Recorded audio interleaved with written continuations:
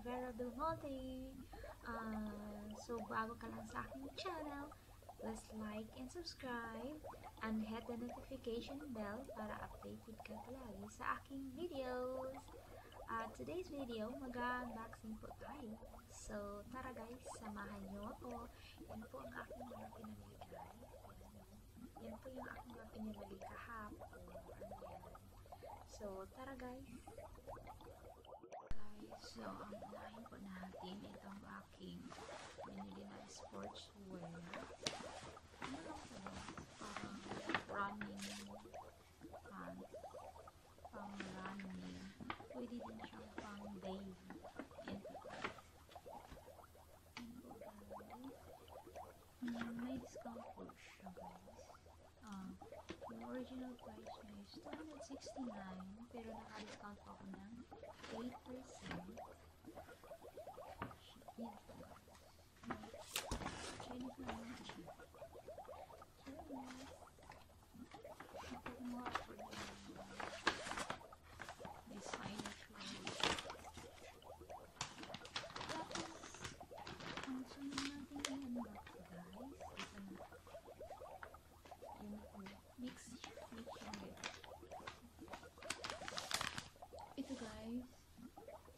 Ito guys, nabili ko siya sa another mall doon sa Sam's Club. Yun guys, mura lang siya guys kasi out of season na siya. Pag out of season na kasi, mura na yung presyo, hindi na yung original. Parang 30% na lang po yung babayaran. Kasi ano na to siya, open na kasi siya guys.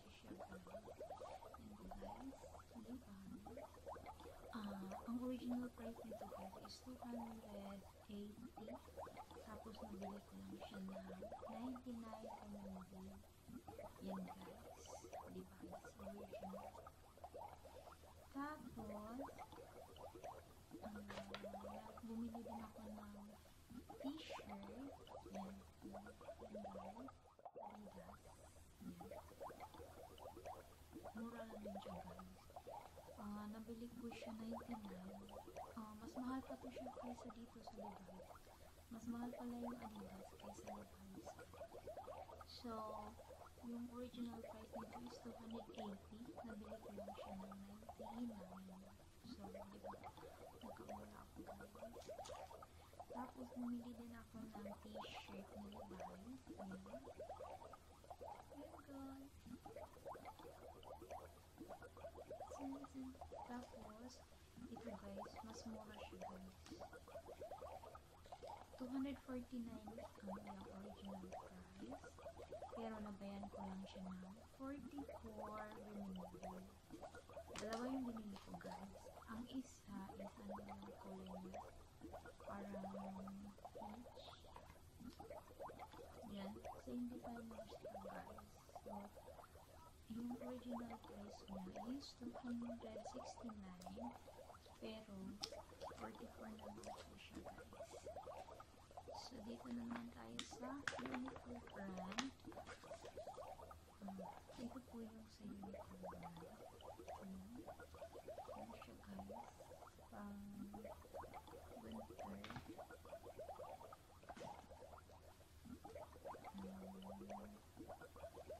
Mura lang siya guys. 99 renminbi. 99 renminbi yan guys.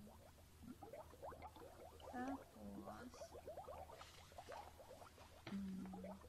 ito din, medyo mahal ito. $199. $199 siya. Pang ano siya? Pang ano tayo nito? Pang lamig. Tapos, bumili din ako ng blazer. Kunyari guys, magsusuot ka ng ganitong tapos hindi siya enough. Tapos ano mo na lang, ganito, magsuot ka ng blazer. Pag sobrang malamig, hindi lang pwede. Siyempre, magamit ka ng sweater. Ay, ano bang tawag nito po?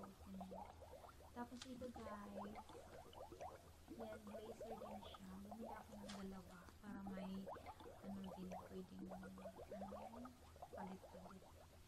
149 lang siya guys. Parang ano lang siya guys. Soft, very soft. Gusto ko siya. Tapos, sada ko lang naman tayo dito sa Uniqlo. Marami akong binili sa Uniqlo. Bumili din ako ng ano siya guys. Pares. Yan. Ito mura lang siya guys. 199 renminbi. Yan guys. Pares siya ng 8 dollars. Pares siya nito. Diba? Pwede ka mag-jogging. Hindi pwede na yan. Tapos guys, bumili din ako sa lining na brand. Ano din siya guys? Sportswear. Bumili din ako siya. Ano din siya? Pang winter. Makapal siya guys. Medyo may ano siya sa ilalim. Parang ano ba tawag nito? Ito na makapal. Parang may himol-mol. Yan guys, lining brand. Ito guys, 249. Pero nabayaran ko is, magkano lang yun? Nabayaran ko siya. May discount kasi siya guys, kasi dalawa yung binili ko. 249, naging 219 lang. So, nakatipid po ako ng 30 renminbi. Tapos, dahil bumili ako ng dalawa, mas ano siya guys. Ito guys, mas malaki yung discount niya. Alam ko ba? Manipis lang kasi ito siya guys. Yung manipis, mas barato. Mas mura kasi. 249 din siya guys. 249 din siya guys. Pero out of season na kasi, dahil manipis, ayan, nag-double yung ano niya, discount. So, yung nabayaran ko nito is 249, naging 159 na lang guys. So, yung natipid ko is 90. Parang gano'n, 90 renminbi, diba? Ang laki. 120 pala yung natipid ko. Lahat. Tapos, bumili din ako nito guys. Pangano lang siya sa mukha. Yun lang po yung pinamili ko guys. So, isukat natin guys.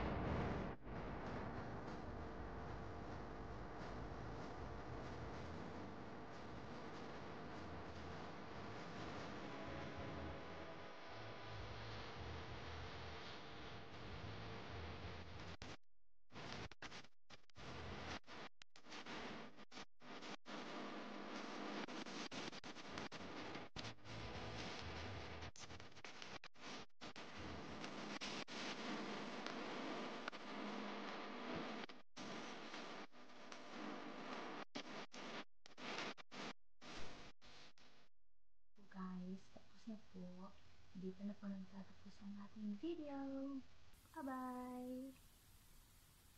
Until next time. Bye,